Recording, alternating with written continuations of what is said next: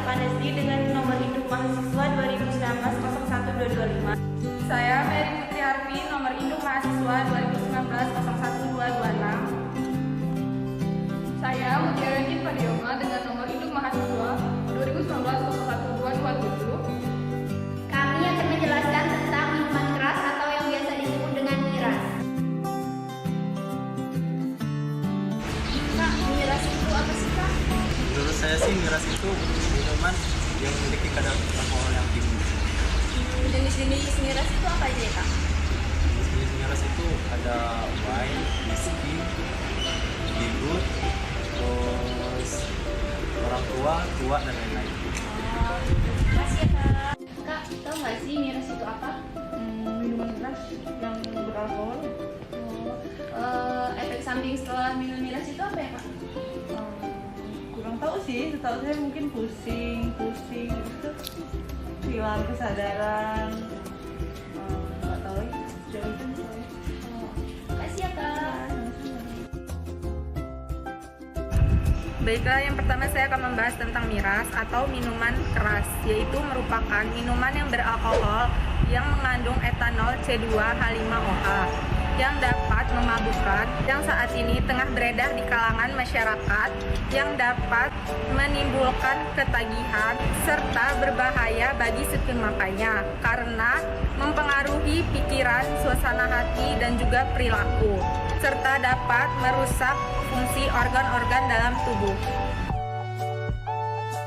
Jenis-jenis miras berdasarkan kadar etanol yaitu yang pertama bir dengan kadar 3-5%, yang kedua anggur 9-18%, yang ketiga wine 9-18%, yang keempat whisky 30%, yang kelima rum 38%, yang keenam arak 38%, dan yang terakhir vodka 40%.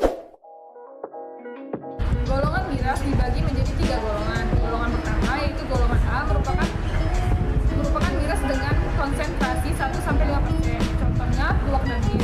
Golongan kedua yaitu golongan B merupakan miras dengan konsentrasi alkohol 5-20%. Contohnya wine dan anggur.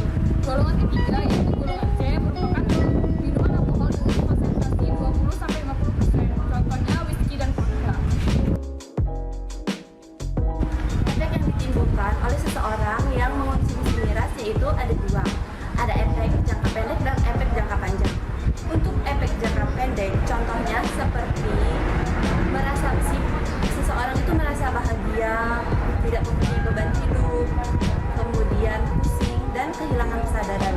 Dan untuk efek jangka panjangnya, seseorang yang mengonsumsi miras yaitu seperti kerusakan organ pada tubuh, yaitu seperti ginjal dan hati, dan menyebabkan kematian. Efek yang terjadi saat mengkonsumsi miras.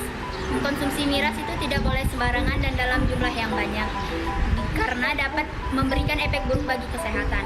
Di dalam tubuh kita itu ada yang namanya BAC atau bol alkohol konsentrasi, di mana BAC ini digunakan untuk mengukur sejauh mana tubuh kita dapat menerima atau mencerna alkohol di dalam tubuh. Biasanya kadar alkohol yang dapat ditoleransi kurang dari 0,35%. Ada beberapa fase yang terjadi dalam tubuh kita setelah mengkonsumsi alkohol.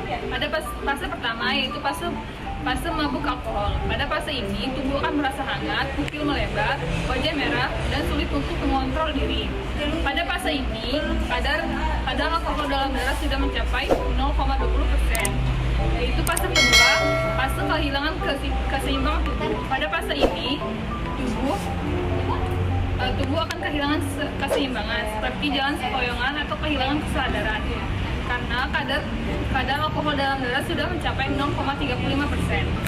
Ketiga, fase koma, yaitu jika kadar alkohol sudah lebih dari 6,35% akan masuk dalam kategori koma karena terdapat peran liver atau hati di dalam kadar alkohol dalam darah, di mana hati sudah tidak bisa lagi menghentikan alkohol.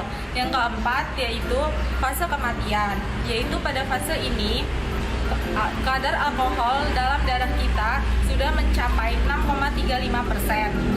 Jadi pada fase ini liver atau hati kita sudah tidak mampu melindungi tubuh kita. Alasan seseorang mengkonsumsi miras yaitu tren anak muda zaman sekarang. Yang kedua yaitu faktor lingkungan, karena kurangnya perhatian dari orang tua. Yang ketiga, coba-coba. Banyak orang yang mengatasnamakan hanya sedikit. Berawal dari kata sedikit itulah yang menyebabkan keterusan atau ketagihan mengkonsumsi miras. Yang keempat yaitu pelarian dari masalah. Beratnya masalah seseorang yaitu menyebabkan seseorang itu mengkonsumsi miras. Dampak yang pertama itu dampak bagi pengguna.